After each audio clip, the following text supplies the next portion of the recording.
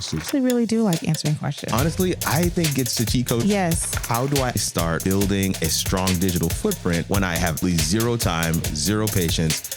Be there. Yeah. You don't have to farm your life for the content that already exists. You don't have to follow the trends. No. The antidote to that kind of thing is just to be radically authentic, like radically yourself. And real people resonate with real people. Correct. Don't be a weirdo. No, like be a real person. Real person. Yeah.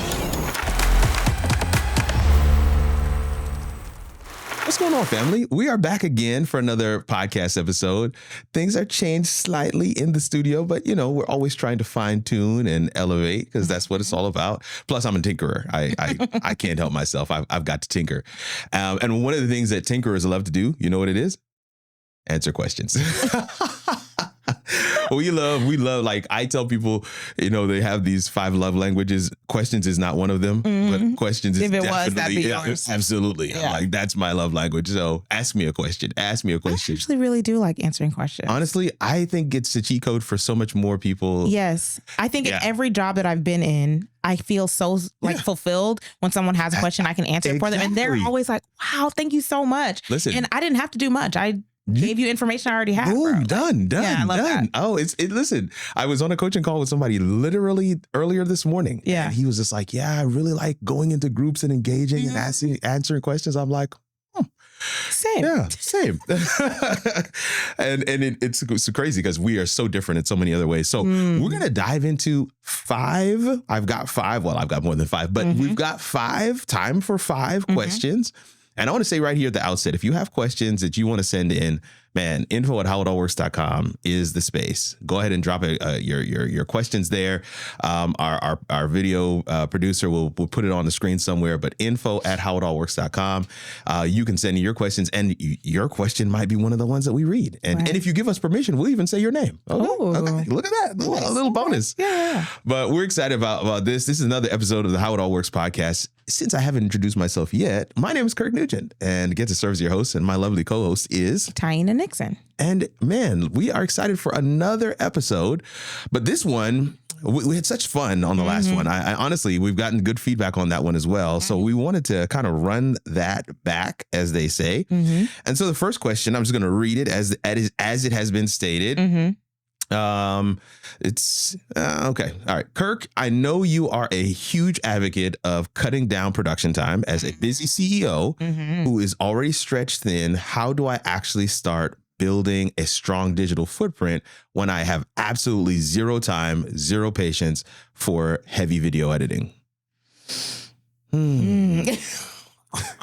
If this was a live show, I'd be like, put a 1 in the chat if you resonate with this question. Exactly. So don't you be 1 1 real. Like this is like such a real scenario. Like, easily who has the my time? Least favorite part of content creation is video editing. And there's so many people who, for them, the hurdle of video editing is so huge. Yes, they don't even never get around to create. Yeah. It's like, because I know I have to edit this video. I understand. So I mean, I really only have one prescription for you, and it's actually a challenge that I do. It's called the No Video Editing Required Challenge. You can actually post consistent content without having to edit video. And I don't mean that from the perspective of, you need to learn how to do live production like what I do with Ecamm or StreamYard. I mean, literally, you could just record it and choose not to edit it. Like, you could just, one of the seminar that I did in Orlando, Florida, a couple of weeks ago, called Media Ministry Methods. One of the things I was walking them through was the pause button on your phone. Now, you and I both know that the pause button is there, but you know how many people? I literally was like, okay, open up the phone, the video app, hit record. Do you see a pause button? And one guy said, no, wait. When did that get there? It's so wild because it's been there the whole time. And I said to them, look, the pause button is your video editing. That's right. So you could literally record a piece, pause, move to another place, record another piece, pause, and so on and so forth. Maybe 3, maybe even 2 or 4 different scenes or scenarios that you can be in. But there's no video editing required there. Right. That video is actually ready to go. And I can't tell how many people I do this for. I'll record 4 or 5 clips, pause. You did it with me when we were doing a photo shoot, and I was like, how is this ready to go? It's ready to go. And that's when I learned that you were doing that. I was like, okay, and I like it. It changes, because once you realize, like, wait a minute, I could be done. Mm-hmm. I mean, you might throw some captions on it. It really could be. I mean, if you're busy, this is one of the things I would highly recommend is to learn this practice. Now, this is a generic answer for pretty much that rounds it out for everybody, but specifically to the person who asked this question. I mean, a busy CEO who's already stretched thin. Yeah. What I would say for you is to schedule, right? Work with your team as a CEO. Clearly you have a team. And so this answer is more specific to the person, not so much everybody, but schedule some time with your team to do what I would call a live show, but it's simulated. You're not actually going live, or you could, but schedule, let's say 2 hours a month. Now, I'm saying a month. I wanted to say per month because I know you're busy, but schedule 2 hours a month to do a live show. And in that live show, you have segments. So one segment, you just get a chance to just rant about whatever is top of mind, whatever you're pissed off about. Every industry, we all have our things. It's like, why do we do that? Why do we do that? I hate that we do that in this industry. So, have a section where you're ranting, have a section where you're talking about something that is, something that happened in a previous call or something you're doing at work. And then have a section where you're interviewing someone. Those 3 sections, maybe even 4, if you do a Q&A, and you can plant those questions, you can clip all that up, and that becomes evergreen content that you can paste all over. Just a part of your team, though, not you. You're only required for that recording. And once the recording's done, the team takes it and runs with it from there. So the for the CEO, I don't expect them to be editing video. Right. I mean, let's not. Well, the thing could be, though, that they don't have someone in place for video, like content production. Yeah. That might be something to take into consideration. Yeah. Like going into your next fiscal year, the next time you're looking at your budget, you do want to think about, like, okay, if I know that I need video in order to promote my business and to show up in a certain way, then that is not something that you can afford actually to not have in place. Exactly. And you hit the nail on the head. Yeah. And this is the third thing I was going to say is you might need to hire somebody. You might need to hire somebody. I don't edit video. I believe in the No Video Editing Challenge. I not only walk you through the pause, I walk you through using platforms like Ecamm and StreamYard, but I also say Fiverr.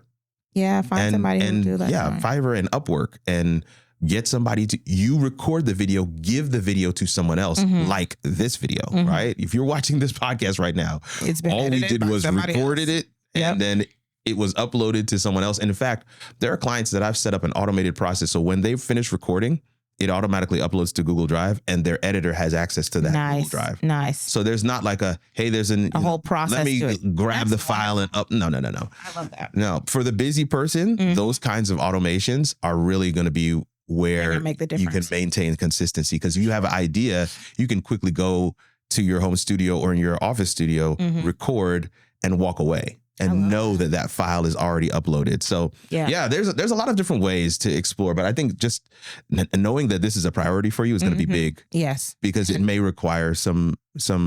How do you buy back? How do you get time back? Correct. You buy it, and time and energy. Like if you know that this is something that is sucking the life out of you, and it makes you not even want to show up, I think that's worth investing the money into having somebody else do it. Oh, my word. Invest the money. Let somebody else do that thing. Get it off of your plate. Because no, that's not a thing. That's not a thing. Anything else you want to add on that one? I'm eyeing question number 2. No, I think we covered it. Good. Okay. This one says, Taina and Kirk, it feels like everyone online is pointing at text and chasing viral trends, right? Pointing at text, I had to just pause there. It wasn't clear what they were saying at first. All right. Pointing at text and chasing viral trends. Yeah. How do we practically shift our strategy away from just trying to get views and focus on building an online presence that actually establishes professional authority and brings in real clients? I think we had a version of this in the last Q&A as well. But yeah, how do we shift from, because that is, unfortunately, that is a perception of social media. Yes. Is that you're going to have to do the dancing. Yes. You got to do Yeah. I hate those videos. I got to do. And I never have. I have never made that kind of video. I've never done it. I don't think it's necessary in order to be successful online. If you like that, I was going to say, like no to shade dance, to the person that wants to do that. But there's a reason why that became a trend. Someone did it. Other people were like, oh, that looks fun. I'm going to also do it. Yeah. And so on and so forth. So shout out to the trendsetters, right? Trends. But you don't have to follow the trend. No. And I feel like the antidote to that kind of thing is just to be radically authentic, like radically yourself. Yeah. And maybe you are a dry humor type of person. Maybe you are a like very technical person and you have all the details and that's your expertise, is that you know exactly how this thing is meant to be done and you can break it down like nobody else can.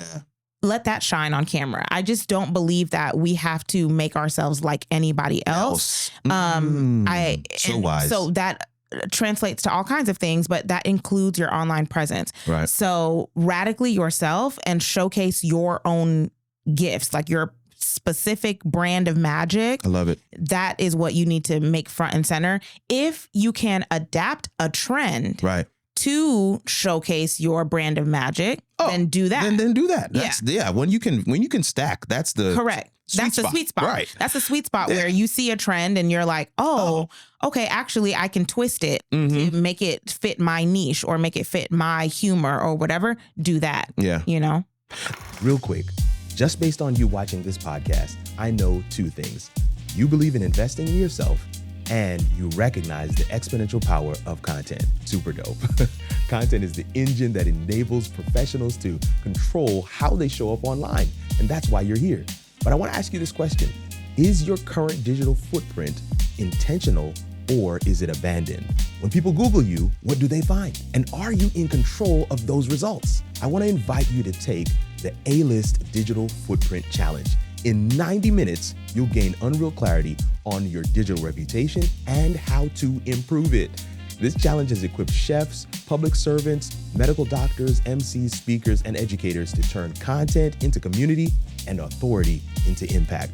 What if a few online presence changes could be the difference between another average year and finally cracking six figures? Scan the QR code if you're watching on a TV or click the link in the first comment below. Put yourself back in control of your digital reputation. All right, let's get back to the conversation. There's everything that you just said, absolute gold. I also, anytime I hear this question, this kind of question, there are multiple versions of this question. I always go back to, what are you saying? What words are you using? Okay. So when I start off by saying, man, I was on a coaching call with a client and we were looking at this issue, and my response every time I get this question is this. Now, this is not a real story, y'all. It's what I'm saying. Okay. I'm saying to you that I coach. Right. I'm saying to you, I have clients. Right.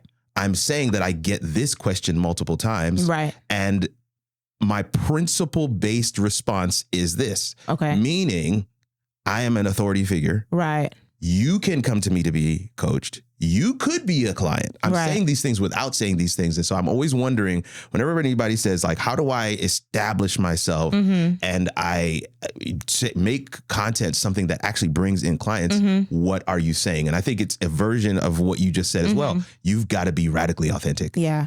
So, you know, for the guy, it's the coaching client I met with earlier, he deals with prostate cancer for people, and he. So this is a real coaching client. This is a real coaching client. Now this is a real client. But this guy, I was saying to him, I was like, man, you sit across from people, helping them to understand their diagnosis, helping them to understand what their options are, and you're constantly telling them that they need to advocate for their own, journey. You need to be saying that. Like, once you get off the call, grab your phone and be like, man, I just did this. Right. That's the content. That's right. And I think we try to make this a little more complicated than it has to be, especially for professionals who are in the trenches day to day doing the work. That means you already have content. Correct. So when people say to you, your content is in your calendar, what we're just saying is in your appointments. Correct. Your content is already there. Yeah. You need to farm your life for the content that already exists. Yeah. That's and that's a version of what you're saying in terms of being wildly authentic. Yeah. When you share that with people, it's like, man. And when I'm saying showcase your brand of magic, or like the thing that when you perform well on your job. Oh, come on. You need to document that moment, like after You know, if in the moment or right after, be like, just now I was able to accomplish A, B, and C, and here's how I did it. Boom. You know what I'm saying? And people can tell when you are being, that's why I can't say enough about authenticity. Right. There's just something about it that comes through camera, content, whatever, or when you're talking to an individual where you're like, oh, they're so excited about this. This can't be faked. Right. Like they have just experienced something and they want to share that experience with me so badly.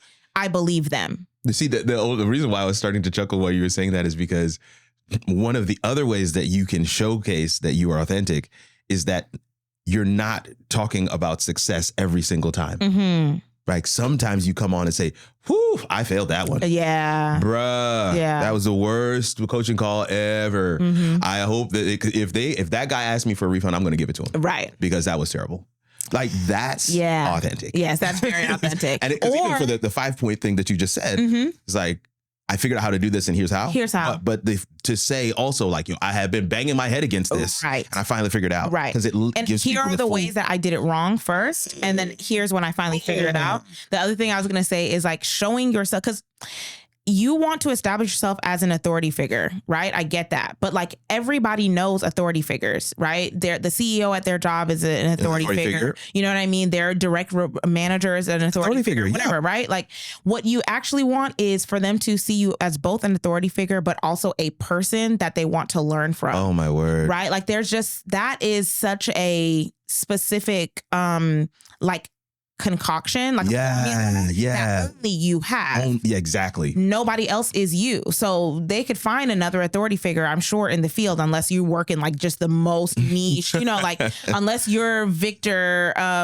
what's the guy's name who's in space right now driving the I can't remember his last name, but the astronaut unless you're him. There's somebody else. There's somebody else that does do the job as well as you do, right? Unless you're Christina Cook, there's somebody else who can do what you do, like you, but they are not you. But they're not you. You can serve a person that they could not. Oh my word. So it's important for you to show up as yourself, like radically as yourself, so that the people that are meant to learn from you will feel called in. Yeah. By you. And I forgot. I was going to say another piece of authenticity or a way to do it is to show yourself doing the thing, right? And you're doing it really well. I did this with a keynote speech. And then afterwards, also show all the things that they could not see. Yeah. So like in my first keynote, my dress was not zipped up in the back because I couldn't fit it. It didn't fit properly and I didn't have time to get another dress. So I just wore my blazer over my dress. But then like in the next post, I was like, things you didn't know were happening during the keynote, and shared some of that stuff. And people they thought it was hilarious, but they were also like, that's so real. So like real. Yeah. Because I still killed the keynote, right? Right. I was confident. Yeah. I showed up confidently. So my whole point was that like, you don't have to be perfect in order to be confident. You just have to like hit your notes, like hit your key. Yeah. And do the thing. So yeah. This is so good because when we're talking about, okay, how does it translate into real clients? Real clients are real people. Exactly. And real people resonate with real people. Correct. So be a person. Be a human. I feel like this is like a sub-tagline for the show. It's like, don't be a weirdo. No, like be a real person. Be a real person. Yeah. That will translate. I think, 100%. Yeah. You don't need to dance. Unless you want to. Your thing. Correct. Yeah. And if dancing is your thing, don't feel like it's too cringe or too whatever. No. Again, no. Embrace that. Yourself. Embrace that. Some people genuinely love dancing. No, for sure. Bring that to your platform, For sure. I love that. And there's the whole client, acquisition thing. Again, it comes down to how you're portraying. How are you coming across on camera? How are you coming across in content? But then what are you saying? So there's those other pieces, like I said earlier, but then what are you offering? Correct. There's what's the value? The value piece. But then what are you physically saying? Because so many people put out content, but they never tell people the next step. You expect them to just magically find the website, right, magically book the call? Yes. No. Tell them to book the call. And so those are pieces I think that people, to be direct and say, hey, if this was helpful, do this. Yeah. Download this form, get this guide. Yeah. Let me give you this assessment. Let's get on a discovery call.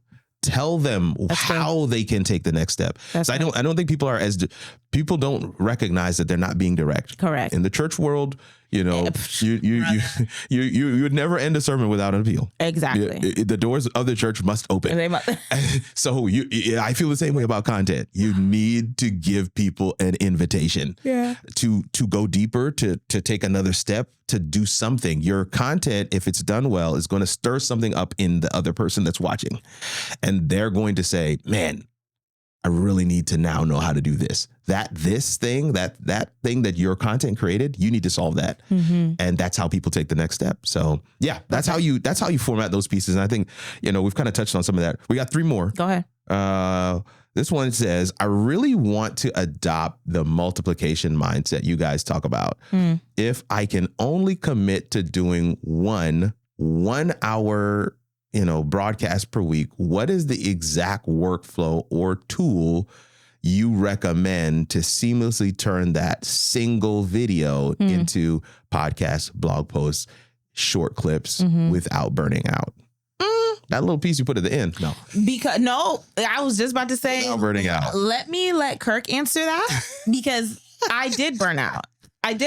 And I have to rebuild. So listen, you tell us. No, but I think it comes back to what we talked about earlier. You just because the video needs to get done doesn't mean you need to do the video. Good point. I think we don't treat ourselves as talent enough. Yes, agreed. Sometimes, I mean, even at the media ministry where I work, Breath of Life, I often have to say to the team, guys, for this show, I'm actually talent. Right. So someone else needs can't to actually be part of the production and all the pieces.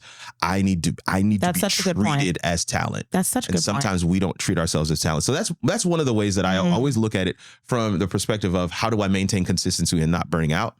But I do think there's automation pieces that we must employ, and just being intentional on the front end. How do you structure if it's a show, it could be live to drive. It doesn't have to be, you know, where people are watching, but if it's a show, you structure it in a way that allows for those pieces to naturally be clipped out. So you don't have to finding clips in a live show. It's like, you know, it's like finding Forrest. Like, where's Waldo? Brother. Like that's actually tedious. In fact, my video editor says this is his least favorite thing to do. Oh, bless. Is to find the clips in the show, because it's like, what? So if you can structure the show. So remember I said earlier about, okay, you have that rant section. Maybe that's 5 minutes. And then you play a little bumper, a little, you know, logo twirl. And then you're in this other section where 2 people are on screen and they could be remote. And now it's an interview. Okay. You are now in your host bag. Right. And you get then a chance to clip from that section. You can get a clip, or that section can be the clip. And then maybe there's a section after that interview where you're recapping the conversation you had with your guest. Man, you know, they shared this, but, you know, I kind of differ with them. Boom. That's another thought piece. That's another clip. Lastly, you have a section where you do Q&A. And people, just like we're talking about today, I love Q&A. We thrive with Q&A. Yeah. But there's no one that says that you can't plant your questions. Right. So if you have a live stream or a live to drive recording, can the questions or get the team to come up with questions or ask your mom and your sibling and whoever to come up with questions so that you have questions you can answer. I like questions that I was never able to prepare for. So I will can questions, but I don't want to know. Okay. Don't tell me what the question is. Okay. Because you want to answer off the top of your head. I want to answer off the top. I'm better that way. Yes. I know me. Yes. And so, but those questions, each question could be a clip. Right. Each question, if you can figure out a way to respond succinctly and very quick, like, well, for this we want to boom, boom, boom. Oh, I love that. Yeah. And those could be clips as well.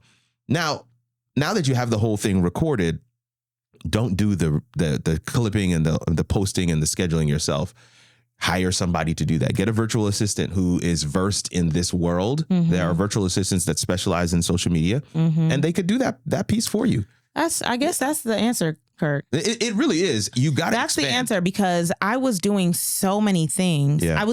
My business was already several different prongs, influencing, coaching. And then I was offering people like social media services and advice as well. Yes. That's like the one thing that remains right now outside of the occasional coaching client, is that I do contracts where I provide social media for other people. Got it. Like admin, talent, coach. Too many hats.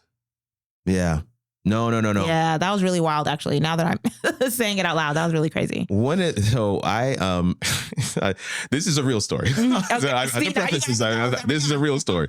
But I was working with a client, and we hired a team. We built a team, I should say. You don't just go and grab a team, but we piece by piece put together a team. So they had an editor, they had a VA, they had somebody that was doing, some graphics, thumbnail design, stuff like that.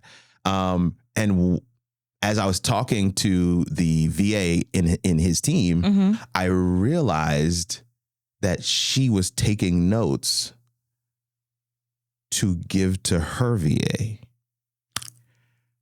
Oh, the VA had a VA. Oh, the VA had a team virtual assistant of VAs.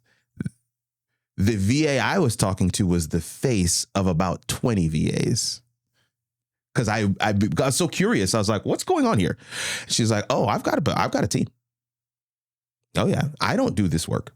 I show up to the meeting. I document it, quantify it, and give it to someone else. Reason why I'm saying this is because I want everybody to feel okay with building a team. I'm stunned. No, the VA had multiple. Yeah.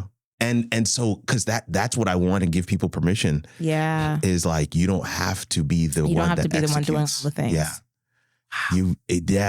I'm not gonna lie. That's deep. My coach told me the reason why your business has not blown up is because your hand is on too much. So I've been actively, now you have to recognize this is a journey. Oh, for sure. It sounds simple, like, oh, okay, I'm just gonna hire somebody. No. I fired my first video editor because I wasn't ready. I didn't like how they were editing the videos. I thought I could do it better. I was like, why am I paying for this? But at a certain point, I just said, these are not Hollywood. This is not going on. It's not going to be on a big screen. Like, point. For one of my contracts, I'm going to be super transparent. For a contract that I have where I capture, edit, and post content for a client, for a company, they have someone who wants to do it. Actually, and was like, hey, do you mind if, I put together like a reel or whatever? And I was like, yeah, sure. I was like, send it to me though. He's like, oh, okay. Like if you give me the credentials, I can post it. I was like, no, you don't have to do that. I would never ask you to do that. That's way too much. Send it to me. And then I end up chopping up his joint and like doing it differently or whatever. But like in reality, there was nothing wrong with his reel. Like it was probably fine.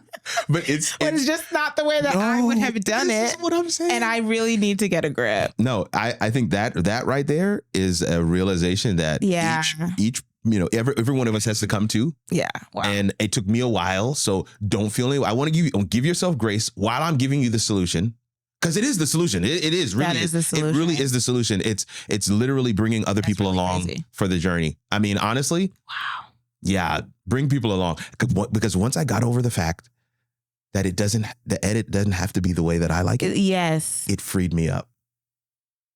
Because I actually don't like editing. I feel like I should talk to my therapist about this. I'm having a moment right now. This is definitely one of those couch moments. Like, why do I need to be the one that does this? Exactly. What is my deal, bro? I am simultaneously complaining about how I don't like editing and also turning down the help of someone who wants to edit. Wow. I'm unwell and I need to talk to somebody.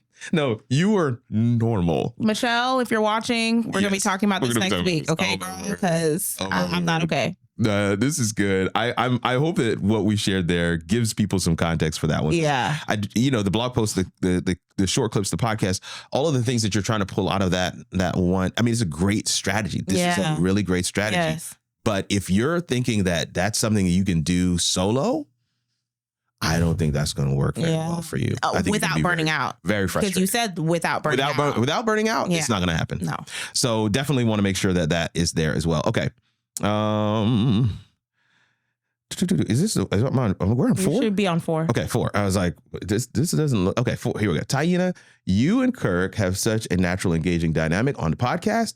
For those of us who freeze up or sound like robots the second the camera turns on, how do you balance being strategic about your brand's messaging with just being your authentic self on video?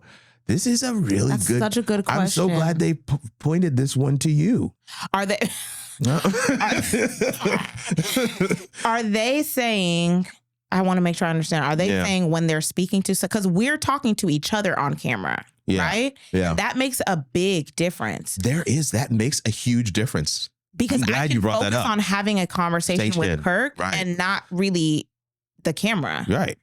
And it actually Kirk and I are friends. Yeah. We have similar energy. We're both a little spicy neuron. There we go. Something there, you know? And so like we'll follow each other down like crazy rabbit holes. Exactly. Like, you know? So that works. And neither of us is annoyed by the other person doing that. No. So that's a dynamic that was going to work on camera and off. We're just like this when the camera is not on, right? Perfect. So you just try to like create this for camera's sake.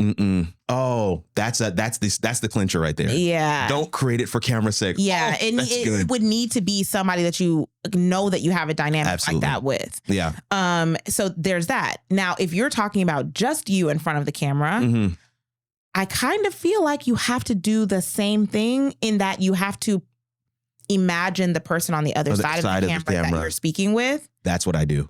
Yes. Yeah. That's what I am. That is what I'm doing. I am imagining. I'm speaking to you when I'm to speaking the proverbial you. You, correct. Yeah. I'm thinking about how you might react to what I'm saying, right? I'm not Sometimes so like I even laugh. Like real talk. I do, and I assume that you're laughing with me. Exactly. I assume that. Yeah. So I think it takes practice too. It does. It takes practice. I am someone who has been performing quite literally since the age of 4 years old. Come on. I started performing at 4 as a singer and a pianist. And then I went on to be classically trained pianist, recitals, competitions for years and years and years. So there's a piano out here. For some reason, that's a hidden talent. Like a lot of people don't know. I did not know that From part. the age of 3 to 17, I actively took lessons. I did the Royal School of Music. We're going to figure this out. Yeah. This has to be done. Sorry for the secrecy. But so I'm used to sort of like performing myself. Right. Like performing my art, my skill. Got it. So it's not really like a pretend thing. No. But it can feel pretend. And each time I've changed mediums. So I was also the kid who was always asked to speak on like Education Day, Children's Day, whatever. Every time you like go to a different medium or another level of performance or showing up, you do have to like adjust, you know? So there was some adjust because I was born in the 90s. I was not performing to camera initially. My uncle was in the back with the camera, the big camera in the back. But I wasn't even paying him no mind. I was focused on the audience in front of me, right? Yeah. But now I had to switch to like, especially around 2020? No, pandemic for sure. When I started doing camera. Yes, it was camera. And I started with doing a Zoom recording with my cousin.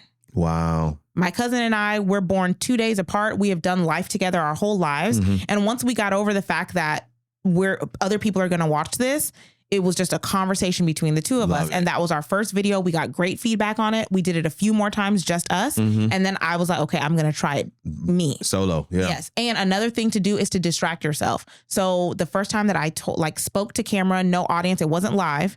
I was doing a skincare routine while telling a story. And such a cheat code. That's such a cheat code because and honestly, I wasn't super successful at the skincare part of it, but that's okay because that was just like an auxiliary piece. The main point was me telling this story about having to leave my OB at 34 weeks pregnant because I couldn't trust her in the labor and delivery room. Right. You know, and so like critical that's the story. Huge story, very important. But such a practical everyday thing, your skincare routine that people can resonate with. So you're stacking. Right. That's so good. In a way that I could feel comfortable instead of just like, I didn't know how to just sit there and talk to the camera. Now I probably can. Now I have found that I can be my most animated, real self in front of the camera, and that's fine. But I wasn't prepared to do that yet. So there are several different ways you can go about training yourself to be comfortable in front of the camera, to talk to camera. And also initially I was not using a back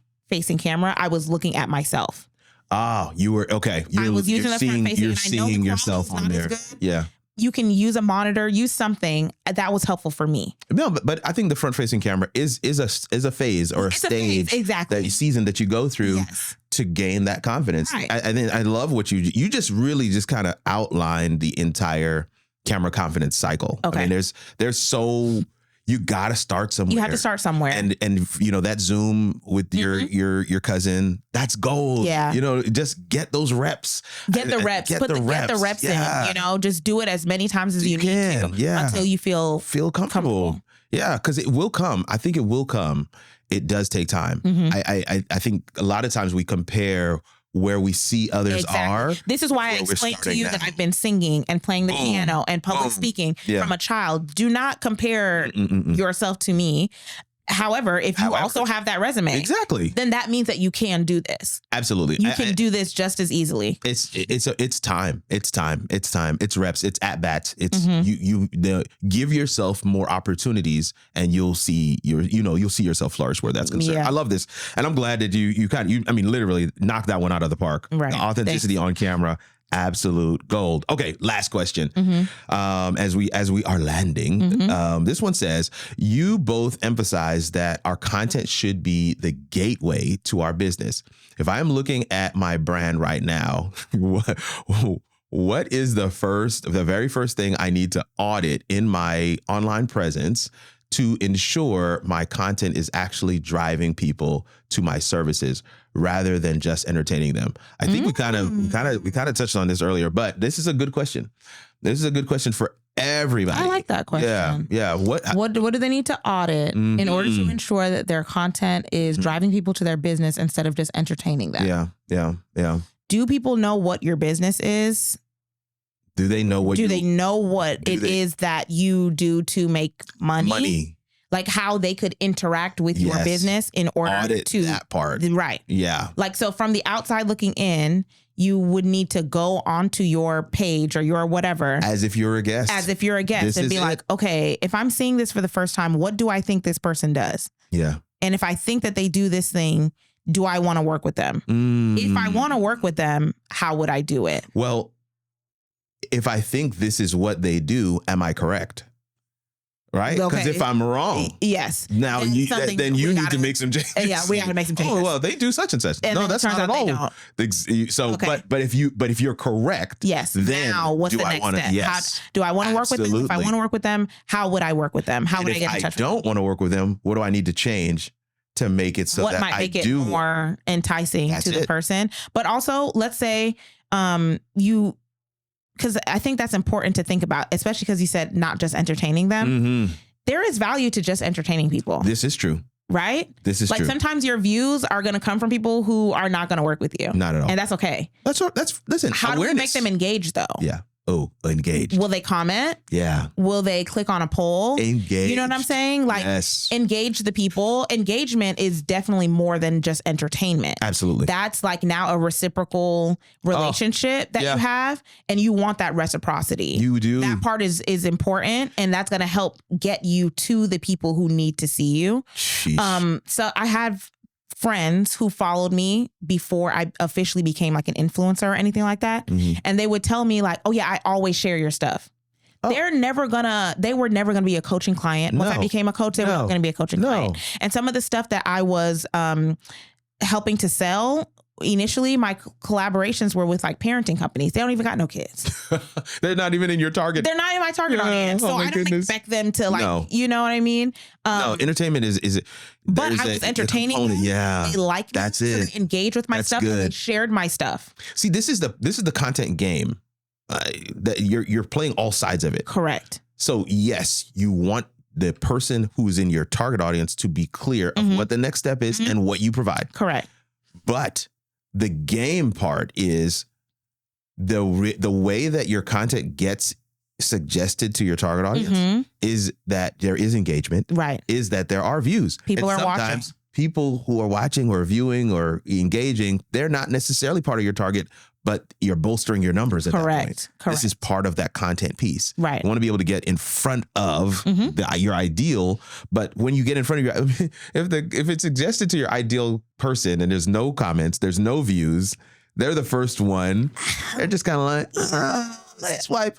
I don't know if I want to be here. So you're playing the full game. Correct. By coming at it from all angles. I love to use, for this question, I always love to use the Amazon example, because many people think that the largest department at Amazon is order fulfillment and all this other stuff. The largest department is UX, user experience. They curate the experience from the time you search to the time it shows up at your house with that box. It's got the smile on it. They curate the entire experience. The user experience is what caused them to go from regular shipping to 2-day. Right. That's why they instituted Prime, because they're like, how can we make this better? Yes. You've got to take this, when you're talking about auditing your brand online, you've got to take a very similar mindset. What is my user experience? Exactly. If Amazon's largest department is user experience, there's a reason for that. Exactly. So take a page out of their book and start saying, okay, what does it feel like to book a call with me? Right. If there are 5 steps, could you make it 2? Right. Like this is the audit. This is the audit. These are the practical, like, okay, yeah, I can bring this process and make it a little simpler, make it a little more easy. What and that's going to inform the platforms that you use, the tools that you employ. It's going to inform all of that, because you're prioritizing the user experience. I don't want them to have to go through this. Yeah. So I'm going to make some changes. That kind of thing really does help your clients know they have prioritized me, right, and my experience. Well, so they've set they're talking about content. They're saying, how do I ensure the content is actually driving that? So you need to look at it from that perspective of like, if I'm watching this content, does it lead, which comes back to call to action. Yep. Is there a direct line from this piece of content to my business? Yep. Yeah. And what the benefit is for the person who's watching. Like, that you always want to lead with that. Your business is the benefit to the person that's watching. Yes. It's the cheat code. Them plus your business means this level of transformation. Yeah. And if you haven't figured out what that sounds like, what that looks like, then you need to do that work, because you want to be saying that in your content on a regular basis. Right. But no, that's good. That's a great question. It's a really good question. And I love this. I love these questions. We want to have more of them. We want to keep more of them coming in. And a lot of them center around similar themes. But honestly, everybody's at different stages and phases of the content journey. If you, up to and including, I mean, listen, for some businesses, the primary people for the business are not the ones who can get on camera. Correct. If that's not a skill set. Yep. There are many businesses that have brought in Taina to do, content work. Many businesses that I've worked with to put out content for their brands as well. That is a practice that you may want to employ for your business too. It's like, okay, there's people out there that are already doing this. Again, right. You got to see yourself as the larger entity. Now, you could do it yourself. You could do it yourself. Or you could bring somebody else. You could end up burnt out for 2 years. Yes, you could. So don't be me. Be better than me. Oh my word! Okay. I love this. This was such a great set of questions today. Thank you guys so much for sending these in and allowing us an opportunity to really kind of engage around them. Any final things for the person that's watching? I'm just trying to make sure I round it out. I feel like we covered a lot of things. They asked such great questions and like thoughtful questions. So just send us more questions. Tell us more things. To talk about. Yes. I'll just piggyback on what you just said. The ability to ask a great question. I think these questions were really good. Thinking through your own process and finding that specific pain points, like I'm really stuck on this, is something to really, that helps you to understand where understanding where you're stuck gives you clarity on what you need to do. Exactly. And so asking a good question is a really good part of it as well. I feel like that just happened for me today. Come on. I just realized that is probably the problem. Because I don't have a problem being on camera. I like creating content. Yeah. But then there's like all the other stuff that has to come along with it that is making it so that I'm just way too burnt out to do those things. So. And you, oh my word, there's so much more to talk about on that piece. Yeah. I will leave it, but I'm excited about what we've touched on today. Yeah, this is really and good. the Eureka moments that we've had, right? Light bulb moments for the two of us, which is really good. We want to say thank you to help me. Yeah. This was good today, fam. This has been another episode of the How It All Works podcast. We really want an opportunity to work with you and serve you at a deeper level as well. Of course, we're going to take our own advice and put our stuff on the screen. Correct. And give so you that you know how to find us and work with us if you so desire. If you so desire, like real talk, there are people who are in her DMs or in her email. You're on your website as well. There's a form that you can fill out. That's right. You can fill out my contact form. Absolutely. And then there are people that are hitting me up as well. And I just want to make sure that if you never do that, that's okay too. Exactly. That is okay too. We want you to continue coming back, consuming the content, engaging with us, sending in your questions. That's right. Sharing it with others. Absolutely. Because that literally is how it all works, family. And we'll see you in the next video. Bye. Later.